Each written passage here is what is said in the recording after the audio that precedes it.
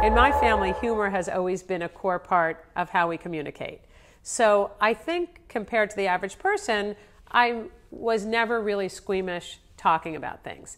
But when I was talking about things that made other people uncomfortable, I feel like I really had to up my game. So part of the reason I became comfortable is, one, I added some humor, which gave it levity for me and gave it levity to the people I was speaking with.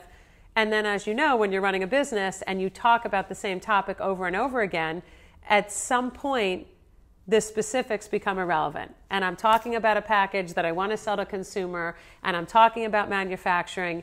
It's a business. What became very clear is that my comfort with talking about it could be a growth strategy. So I really did focus on making sure that I continued to be comfortable and I could answer questions, and that I never was the reason that someone was uncomfortable talking about female sexual health. I find that so much of my thinking was shaped by watching my father growing up as he navigated our family and was in business.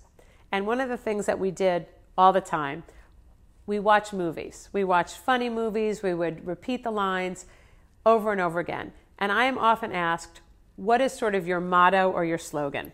One of the movies that I watched with my dad over and over again was a movie called Rollerball. And at that point, it was a futuristic movie. The star was James Caan, and he was an athlete in this game called Rollerball. And he was a superstar rollerball player.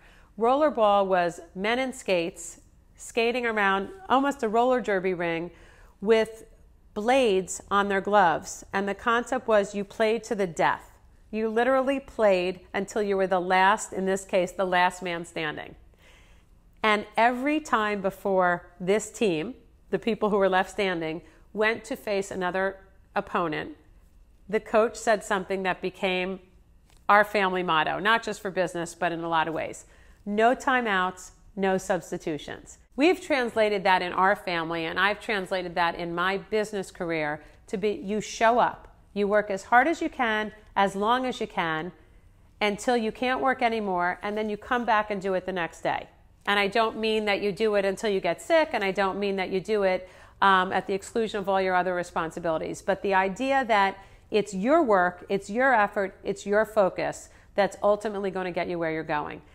And I feel that as an entrepreneur, taking in that idea of no timeouts, no substitutions, go to the office or wherever you work every day and say, I have to accomplish 2 things today. Not 10 things, not 20 things, because we've all made those endless lists where you don't feel any better at the end of the day because you've crossed off 3 items on a list of 100.